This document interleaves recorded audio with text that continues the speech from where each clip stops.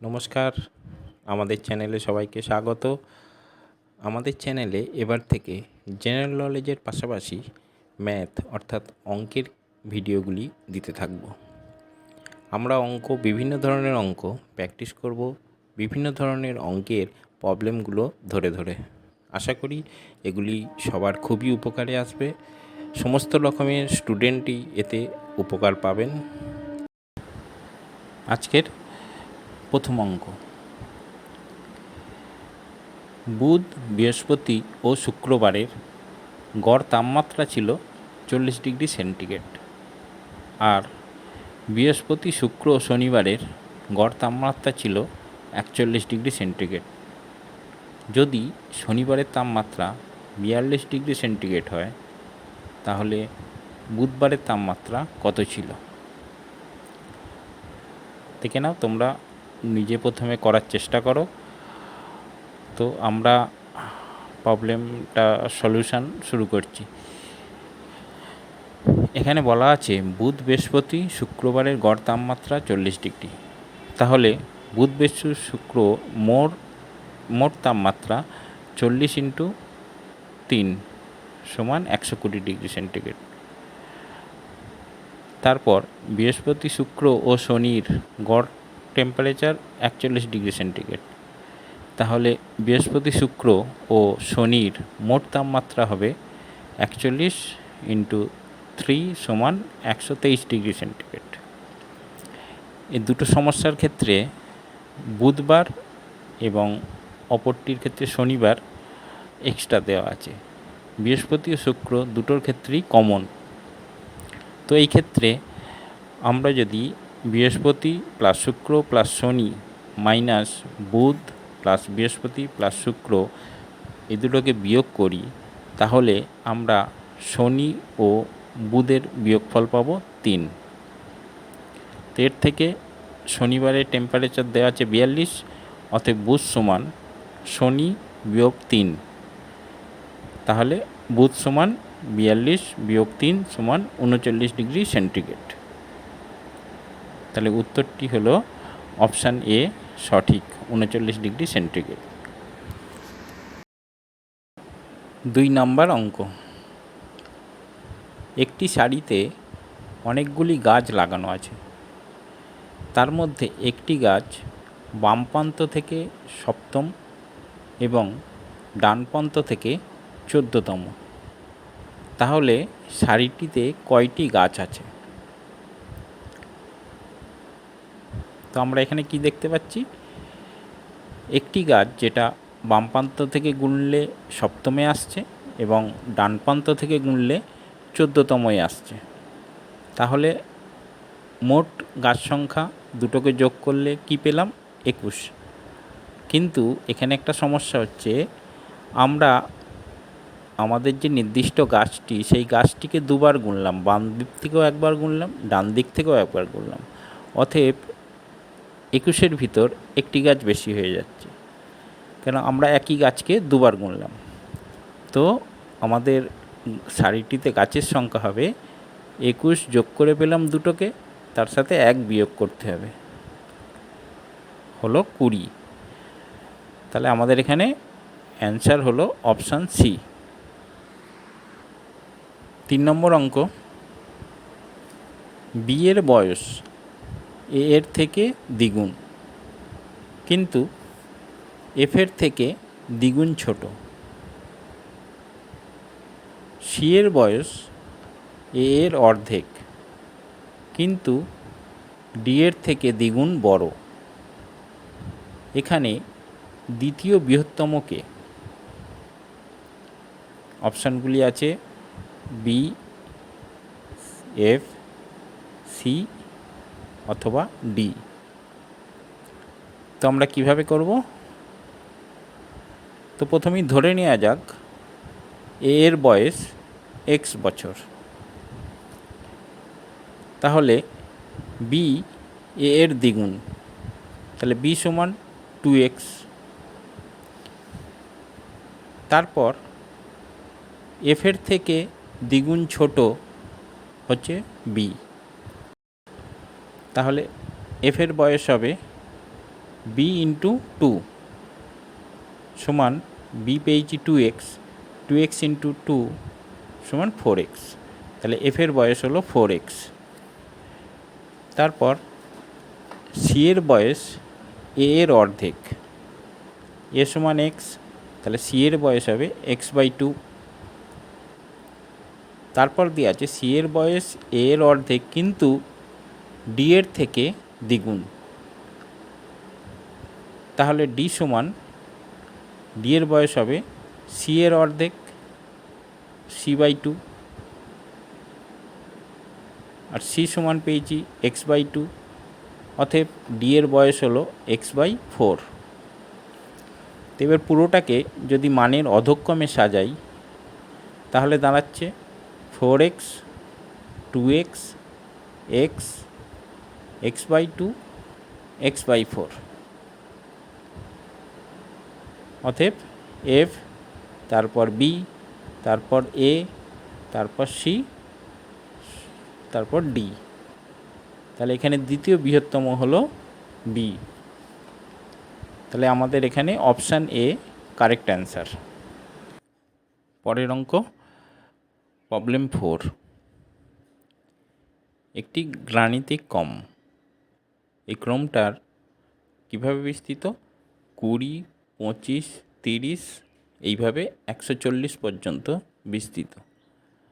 তাহলে এই ক্রমের পদ সংখ্যা কয়টি? তো প্রথমেই আমাদের দেখে নিতে হবে ক্রমটির সাধারণ পার্থক্য কত। ক্রমটির সাধারণ পার্থক্য হচ্ছে 5। তাহলে ক্রমটির পদ সংখ্যা আমরা যে ফর্মুলাটা ইউজ করব সেটি হচ্ছে, আমাদের যদি কোনো ক্রমের প্রথম পদ এবং শেষ পদ দেয়া থাকে এবং সাধারণ পার্থক্য যদি বার করে নিতে পারি, তাহলে ক্রমটির পদ সংখ্যা সমান শেষ পদ মাইনাস প্রথম পদ ডিভাইড বাই সাধারণ পার্থক্য প্লাস 1। তো এখানে শেষ পদ হচ্ছে 140, প্রথম পদ 20, সাধারণ পার্থক্য 5। তো এইভাবে যদি আমরা ফর্মুলায় ফেলি তাহলে পদ সংখ্যা পাচ্ছি 25। তো আমাদের অপশান বি কারেক্ট অ্যান্সার। পরের প্রবলেম নাম্বার 5। 2850 টাকায় একটি সাইকেল বিক্রি করে একজন দোকানদার 14% লাভ করে। যদি দোকানদার লাভ কমিয়ে 8% লাভ করে তাহলে সাইকেলটির বিক্রয় মূল্য কত হবে?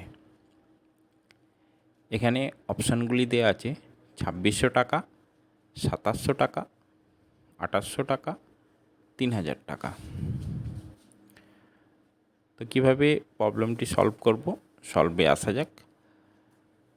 প্রথমেই আমরা ধরে নিলাম সাইকেলটির ক্রয় মূল্য সমান এক্স। তাহলে বিক্রয় মূল্য কত হবে? বিক্রয় মূল্য সমান ক্রয় মূল্য প্লাস লাভ। তো এখানে ক্রয় মূল্য এক্স প্লাস লাভ হলো এক্সের 14% সমান বিক্রয় মূল্য 2850 টাকা। বিক্রয় মূল্য দেওয়া আছে। তাহলে এখন প্রবলেমটা আসছে এক্স প্লাস এক্স ইন্টু 14/100 সমান 2850। এখান থেকে ক্যালকুলেশনটি করে এক্সের মান বার করব। ক্যালকুলেশনটা কষে দেওয়া আছে, ভালো করে দেখে নেবে। তো এখান থেকে এক্সের মানটা পেলাম 2500 টাকা। তাহলে সাইকেলটির ক্রয় মূল্য হলো 2500 টাকা। এখন যদি 8% লাভে বিক্রি করে তাহলে বিক্রয় মূল্য কত হবে? 2500 টাকা ক্রয় মূল্য প্লাস ক্রয় মূল্যের 8% লাভ, তাহলে হবে 2500 প্লাস 2500 ইন্টু 8/100, কেননা 8% লাভ করছে। তো এখান থেকে তাহলে এখন সাইকেলটির দাম হয়ে যাবে 2700 টাকা। তো উত্তরটি হচ্ছে অপশান বি কারেক্ট, 2700 টাকা। পরের প্রবলেম নাম্বার 6। এখানে একটি সিরিজ দেওয়া আছে, সিরিজের মাঝে একটি সংখ্যা মিসিং, জিজ্ঞাসা চিহ্ন দেওয়া আছে। সেই জিজ্ঞাসা চিহ্নের জায়গায় কোন সংখ্যাটি আসবে? সিরিজটি হচ্ছে এইরকম: 1, 9, 25, 49, তারপরে ড্যাশ 121। অপশানগুলি আছে 100, 91, 64, 81। তো এই ধরনের সিরিজ যখন থাকবে তখন আমাদের প্রথমেই সিরিজটি কি ছন্দে চলছে সেই ছন্দটা বার করতে হবে। যে সংখ্যাগুলো দেওয়া আছে সেই সংখ্যাগুলো থেকে পরপর কি ছন্দে চলছে সেই ছন্দটা আমাদের প্রথম বার করতে হবে, তাহলেই যে সংখ্যাটা মিসিং আছে সেটা অতি সহজেই পাওয়া যাবে। তো এখানে কি আছে? 1, তারপর 9, তারপর 25, তারপর 49, শেষে 121। তো আমরা কি দেখতে পাচ্ছি? 9 মানে 3 × 3, 9 মানে 3 স্কোয়ার। তারপরে কি আসছে? 5 স্কোয়ার, 5 × 5, 25। তারপরে 7 স্কোয়ার, 7 × 7, 49। তো কীভাবে এগোচ্ছে? পরপর বিজোড় সংখ্যাগুলির স্কোয়ার, 1, 3, 5, 7। তো পরের সংখ্যা অবশ্যই 9, 9-এর স্কোয়ার হবে। তারপরেরটি হচ্ছে 11, 11 স্কোয়ার 121। তো 9-এর স্কোয়ার 81। তা আমাদের জিজ্ঞাসা চিহ্ন জায়গায় আসবে 81। তো কারেক্ট অ্যান্সার অপশান ডি। পরের প্রবলেমটি একই রকম আরেকটি সিরিজ আছে, সেই সিরিজের জিজ্ঞাসা চিহ্নর জায়গায় কোন সংখ্যাটি আসবে? সিরিজটি হচ্ছে 4, 7, 12, 19, 28। পরের সংখ্যাটি বার করতে হবে। তো আমাদের সেইভাবে দেখে নিতে হবে 4-এর পর 7টা কীভাবে আসছে, 7-এর পর 12 কীভাবে আসছে, 12-র পর 19 কীভাবে আসছে। তো আমরা এখানে দেখতে পাচ্ছি 4-এর সাথে 3 যোগ করলে 7 আসে, 7-এর সাথে 5 যোগ করলে 12 আসছে, 12-র সাথে 7 যোগ করলে 19 আসছে, 19-এর সাথে 9 যোগ করলে 28 আসছে। তো কীভাবে চলছে? ছন্দটা কি? ছন্দটা হচ্ছে আগের সংখ্যার সাথে পরপর বিজোড় সংখ্যাগুলো যোগ হচ্ছে। এখানে যেমন 7 এসেছে, 4-এর সাথে 3 যোগ হয়ে 12 এসেছে, 7-এর সাথে 5 যোগ হয়ে 19 এসেছে, 12-র সাথে 7 যোগ হয়ে। তো আমাদের 28-এর পর যে সংখ্যাটি আসবে 9 পর্যন্ত এসছে, 28-এর সাথে 9-এর পরের বিজোড় সংখ্যা 11, 11 যোগ করতে হবে। তাহলে কি 28, 11 যোগ করলে আমরা পাচ্ছি 39। তাহলে কারেক্ট অ্যান্সার অপশান ডি। পরের অঙ্ক প্রবলেম 8। একটি গাণিতিক ক্রমের প্রথম পদ 22 এবং শেষ পদটি হলো -11। পদগুলির যোগফল 66। তাহলে এই ক্রমের পদের সংখ্যা কয়টি? অপশানগুলি আছে 10, 12, 9, 8। তো আমাদের একটি ফর্মুলা এখানে প্রয়োগ করতে হবে, যেটি হচ্ছে এটি একটি সসীম গাণিতিক ক্রম, মানে এর একটা শেষ আছে। তো সসীম গাণিতিক ক্রমের পদগুলির যোগফল সমান পদের সংখ্যা ইন্টু প্রথম পদ প্লাস শেষ পদ ডিভাইডেড বাই 2। তো এখানে যোগফল দেওয়া আছে 66। পদের সংখ্যা আমাদের বার করতে হবে, পদের সংখ্যা n ধরলাম, ইন্টু প্রথম পদ 22 প্লাস শেষ পদ -11 ডিভাইডেড বাই 2। তো এখান থেকে ক্যালকুলেশন করলে, ক্যালকুলেশনটা দেওয়া আছে দেখে নাও, n সমান পাচ্ছি আমরা 12। অতএব n সমান পদের সংখ্যা। তো এই ক্রমটির পদের সংখ্যা হচ্ছে 12। তো অ্যান্সার বি কারেক্ট অ্যান্সার।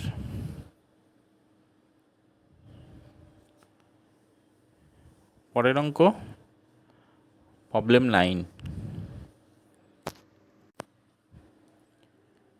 যদি একটি সংখ্যার 1/4 1/3 হয় 15, তাহলে সেই সংখ্যার 3 দশমাংশ কত? অঙ্কটি ভালো করে দেখে নেবে।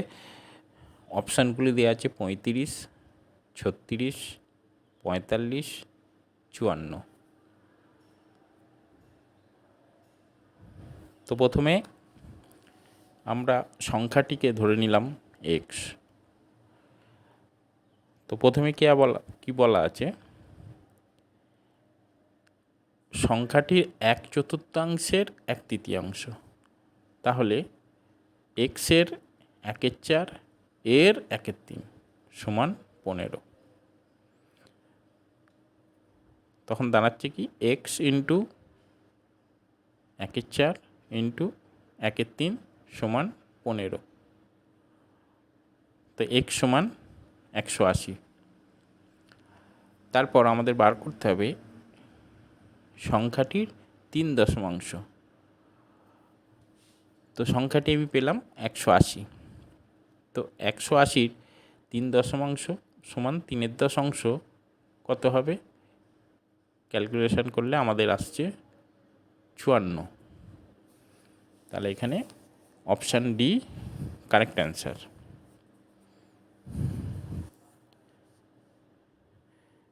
পরের প্রবলেম 10।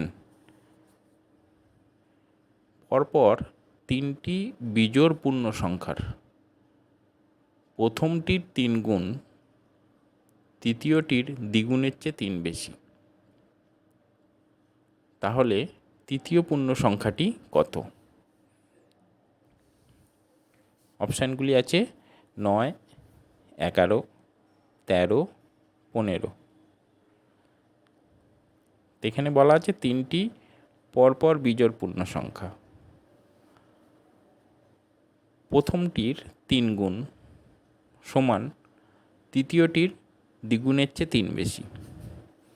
তো আমি প্রথম বিজোড় সংখ্যাটি ধরে নিলাম এক্স। তো পরপর 3টি বিজোড় সংখ্যা কী হবে? কেন পরপর বিজোড় সংখ্যাগুলি সবসময় 2 যোগ করেই চলে, মানে আগের বিজোড় সংখ্যার সাথে 2 যোগ করব, পরের বিজোড়টা পাওয়া যাবে। জোড় সংখ্যার ক্ষেত্রেও ঠিক একই, এই অঙ্কটা যদি বিজোড় না দিয়ে জোড় দেওয়া হতো একইভাবে সলভ করা হতো। তো 3টি বিজোড় সংখ্যা কি হবে? এক্স, তারপরেরটি এক্স প্লাস 2, তারপরেরটি এক্স প্লাস 2 প্লাস 2 সমান এক্স প্লাস 4।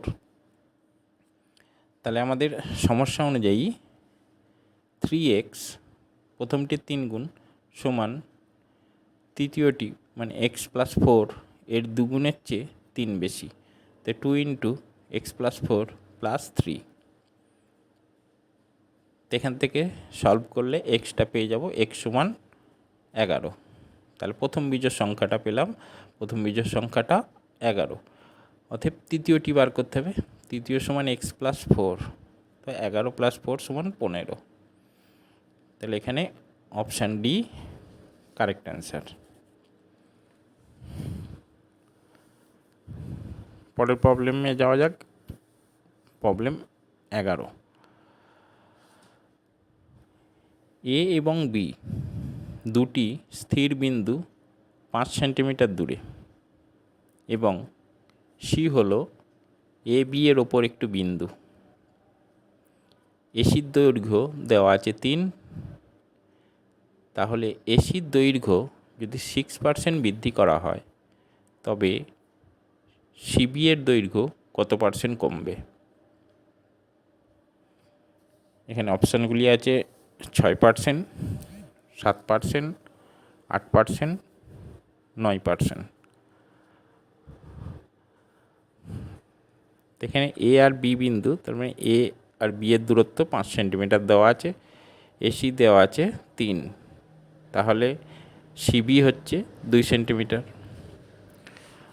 তো এখানে এসিকে যদি 6% বাড়ানো হয়, যতটা বাড়লো তত সেন্টিমিটার সিবি কমবে। তাহলে প্রথমেই আমরা বের করে নেব এসি কত সেন্টিমিটার বৃদ্ধি হলো। এসির বৃদ্ধি হবে 3 ইন্টু 6% সমান 3 ইন্টু 6/100 সমান 0.18 সেন্টিমিটার। তাহলে এসিকে যদি 0.18 সেন্টিমিটার বৃদ্ধি করি, তখন বিসি 0.18 সেন্টিমিটার কমবে। তাহলে বিসির কমার পার্সেন্টেজ কত হবে? দৈর্ঘ্যের হ্রাস পার্সেন্টেজ যেভাবে আমরা ক্যালকুলেশন করি, দৈর্ঘ্যের হ্রাস বাই প্রাথমিক দৈর্ঘ্য ইন্টু 100। তাহলে এখানে দৈর্ঘ্য হ্রাস হয়েছে 0.18, প্রাথমিক দৈর্ঘ্য 2 সেন্টিমিটার। তাহলে এখান থেকে আমরা ক্যালকুলেশন করে পাচ্ছি 9%। অতএব কারেক্ট অ্যান্সারটি হলো অপশান ডি। পরের প্রবলেম নাম্বার 12। একটি জিনিসের মূল্য ছিল 75 টাকা। জিনিসটির দাম প্রথমে 20% বৃদ্ধি করা হয়েছিল, পরে আবার 20% কমিয়ে দেওয়া হলো। তাহলে জিনিসটির বর্তমান মূল্য কত? অপশানগুলি আছে 72, 60, 75, 76।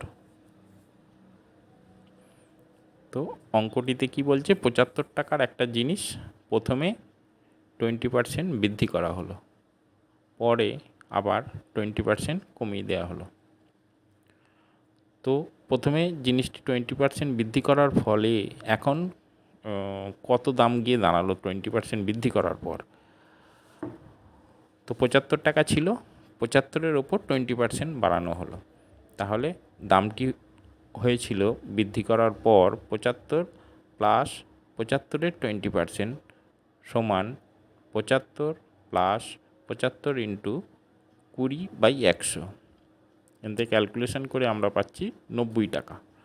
তাহলে 20% বৃদ্ধি করার ফলে জিনিসটির দাম দাঁড়ালো 90 টাকা। কিন্তু পরে 20% কমানো হলো, তার মানে 90 থেকে 20% দাম কমানো হলো। তাহলে এখন বর্তমান মূল্য কত হবে? 90 করা হলো, তাই 90 মাইনাস 90-এর 20%। আমাদের এখানে পার্সেন্টেজটা হবে তখন 90-এর 20%। তো 90 মাইনাস 90 ইন্টু 20/100, এখান থেকে ক্যালকুলেশন করে হচ্ছে 72 টাকা। তাহলে জিনিসটির দাম এখন গিয়ে দাঁড়ালো 72 টাকা। তো অপশান এ কারেক্ট অ্যান্সার। পরের প্রবলেম 13। একটি পরীক্ষায় 80% পরীক্ষার্থী ইংরাজিতে এবং 85% পরীক্ষার্থী গণিতে পাস করেছে। যদি এই দুই বিষয়ে 73% পরীক্ষার্থী পাস করে, তবে কত শতাংশ পরীক্ষার্থী উভয় বিষয়ে ফেল করেছে? অঙ্কটি খুব ভালো করে পড়তে হবে। তো অপশানগুলো আমাদের দেওয়া আছে 8%, 15%, 27%, 35%। এখানে 80% ইংরাজিতে পাস করেছে, তাহলে ইংরাজিতে ফেল করেছে কত পার্সেন্ট? 20%।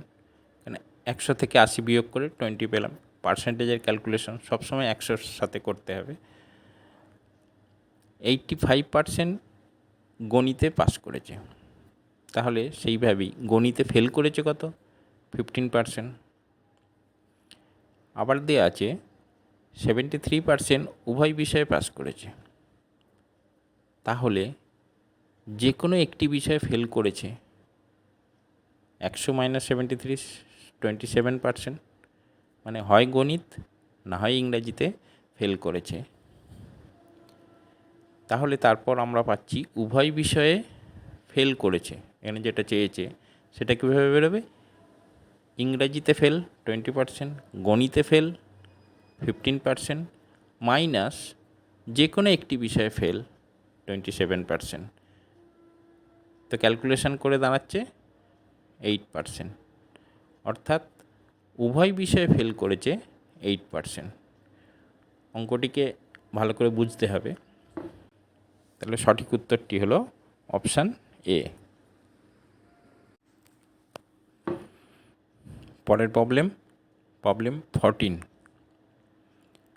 অর্ধ শতাংশকে দশমিকে হিসেব করলে কত লিখব? 0.2, 0.02, 0.005, 0.05। তো প্রথমে আমরা দেখব অর্ধ শতাংশ সমান 1/2%। তো এইটাকে আমি ভেঙে দিলে সমান 1/2 ইন্টু 1/100 সমান 1/200। তো এইটা থেকে দাঁড়াবে 0.005। তো correct answer option C. Problem 15। 2100 টাকা 2 বছরের জন্য বার্ষিক 5% চক্রবৃদ্ধি হারে সুদে ধার দেওয়া হলো, মানে কম্পাউন্ড ইন্টারেস্ট। 2 বছর পর কত টাকা পাওয়া যাবে? অপশানগুলি আছে 2300, 2315.25, 2310, 2320। তো এই অঙ্কটি করার ক্ষেত্রে চক্রবৃদ্ধি হারের সুদের যে সূত্রটি আছে সেটি মুখস্থ রাখতেই হবে। সূত্রটি হলো এ সমান P into 1+r/100 to the power n। এখানে এ হচ্ছে সুদ আসল, মানে যেটা শেষে টোটাল সুদ মিলিয়ে পাওয়া যায়। পি হচ্ছে আসল, যেটা মূল টাকা। তার আর হচ্ছে সুদের হার, আর এন হচ্ছে বছর, কত বছরের জন্য দেওয়া হয়েছে। তো এখানে এটা আমাদের বার করতে হবে, সুদে মূলে আমরা কত পাবো। আসল হচ্ছে 2100 টাকা, 2100 টাকা দেওয়া হয়েছে 2 বছরের জন্য 5% কম্পাউন্ড ইন্টারেস্টে। তো 2100 ইন্টু 1+5/100 টু দি পাওয়ার 2, 2 বছরের জন্য দেওয়া হয়েছে। তো এখানে ক্যালকুলেশনটা করলে 2100 ইন্টু 105/100 স্কোয়ার সমান 105 আর 100 দুটোকেই আমি যদি ভেঙে নিই তাহলে সেখানে দাঁড়াচ্ছে 2315.25 টাকা। এটাতে আর কিছু নেই, জাস্ট মানগুলোকে ফর্মুলায় পুট করে দেওয়া এবং ক্যালকুলেশন করা, তাছাড়া এই অঙ্কে আর কিছু নেই। তাহলে সঠিক উত্তরটি হলো অপশান বি। পরের প্রবলেম 16। রমেশ 33 জন ছাত্রের মধ্যে 13তম স্থান অধিকার করে। সুরেশ র্যাঙ্ক অনুসারে আরও 5 জন ছাত্র সুরেশের নিচে অবস্থান করছে। তাহলে রমেশ আর সুরেশের মাঝে কতজন ছাত্র আছে? অপশানগুলি আছে 12, 14, 15, 16।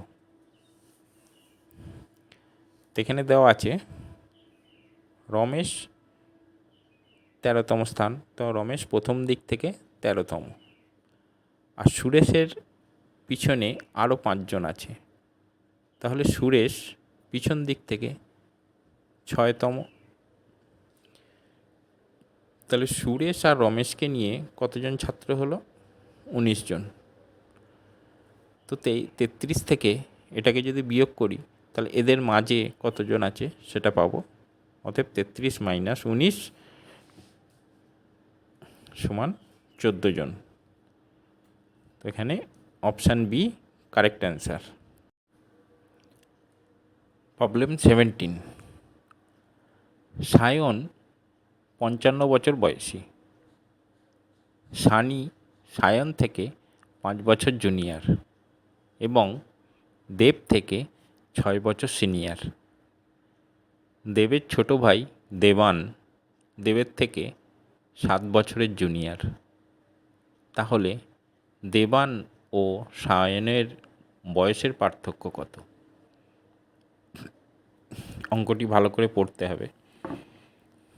এখানে অপশানগুলি আছে 15 বছর, 18 বছর, 13 বছর, 7 বছর। তো এখানে প্রথমেই সায়নের বয়স দেওয়া আছে 55 বছর।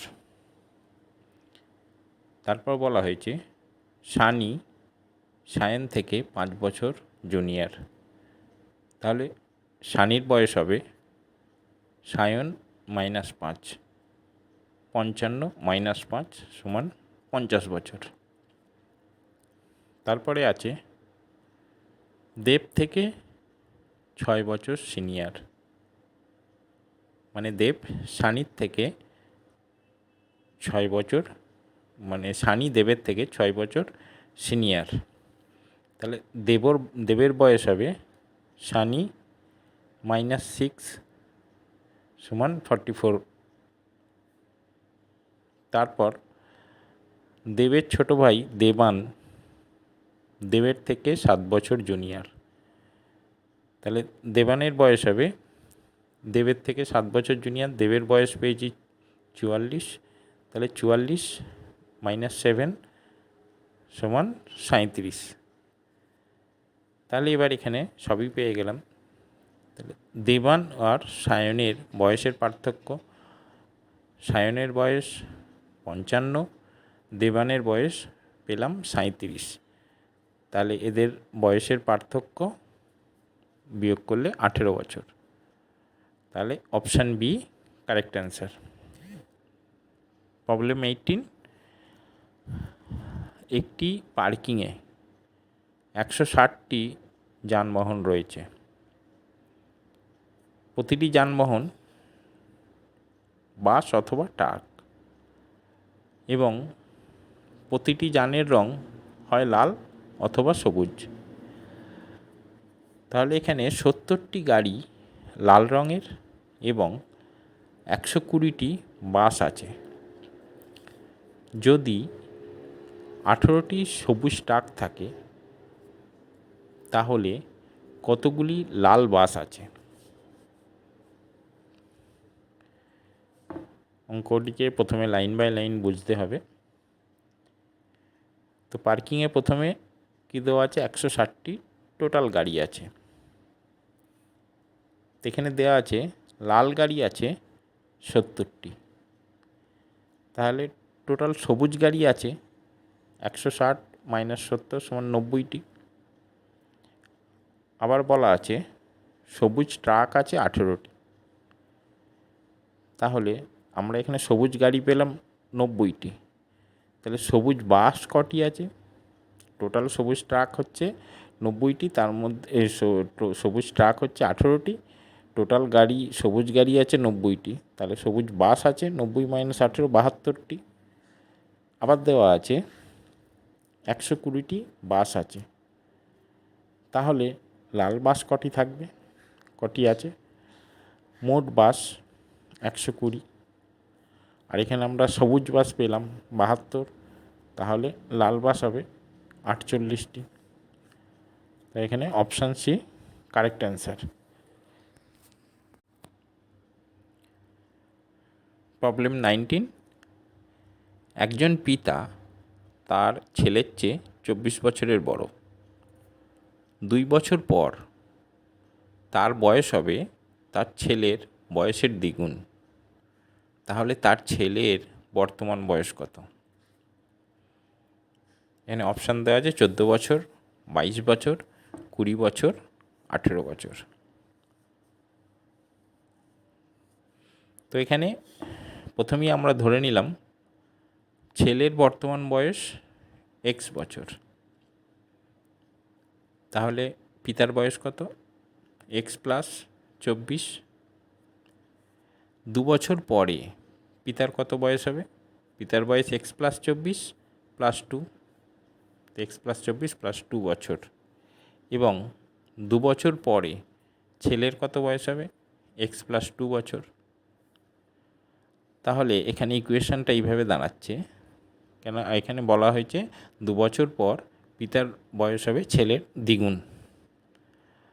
তাহলে পিতার বয়স এক্স প্লাস 24 প্লাস 2, পুত্রের বয়স এক্স প্লাস 2 ইন্টু 2।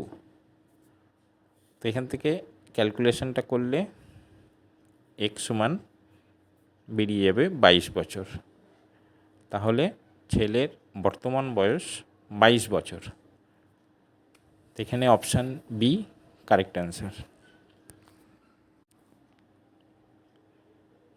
পরের প্রবলেম 20। এটি বেশ ইন্টারেস্টিং একটি অঙ্ক। একটি পরিবার একটি ছুটিতে বেড়াতে গিয়েছিল। দুর্ভাগ্যবশত যখন তারা সেখানে ছিল তখন 13 দিন বৃষ্টি হয়েছিল। কিন্তু যখনই বৃষ্টি সকালে হয়েছিল বিকেলটি সেদিন পরিষ্কার ছিল, এবং উল্টোটাও ছিল, যেদিন সকালে বৃষ্টি হয়েছে বিকেলে পরিষ্কার ছিল, যেদিন বিকেলে বৃষ্টি হয়েছে সকাল পরিষ্কার ছিল। সব মিলিয়ে তারা 11টা সকাল এবং 12টি বিকেল উপভোগ করেছে। তাহলে মোট কতদিন তারা সেখানে ছিল? অপশানগুলি আছে 15 দিন, 18 দিন, 20 দিন, 25 দিন। তো অঙ্কটা ভালো করে বুঝে নিতে হবে করার আগে। তো এখানে দেওয়া আছে বৃষ্টি হয়েছিল 13 দিন, সকাল অথবা বিকালে। তারা সকাল ও বিকেল মিলিয়ে উপভোগ করেছে 11টি সকাল আর 12টি বিকেল, মানে 23। তো কোনো দিন সকালে ও বিকেলে উভয় সময়ই তারা উপভোগ করেছে।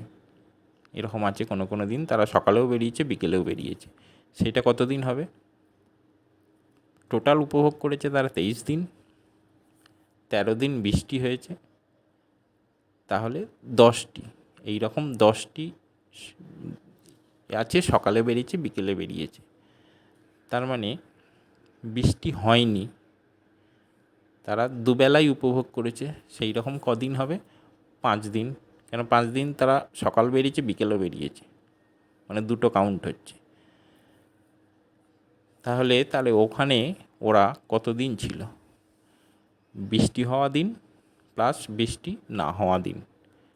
বৃষ্টি হয়েছে 13 দিন, আর এখানে আমরা পেলাম বৃষ্টি কোনো সময়ই হয়নি 5 দিন। তাহলে মোট 18 দিন তারা ওখানে ছিল।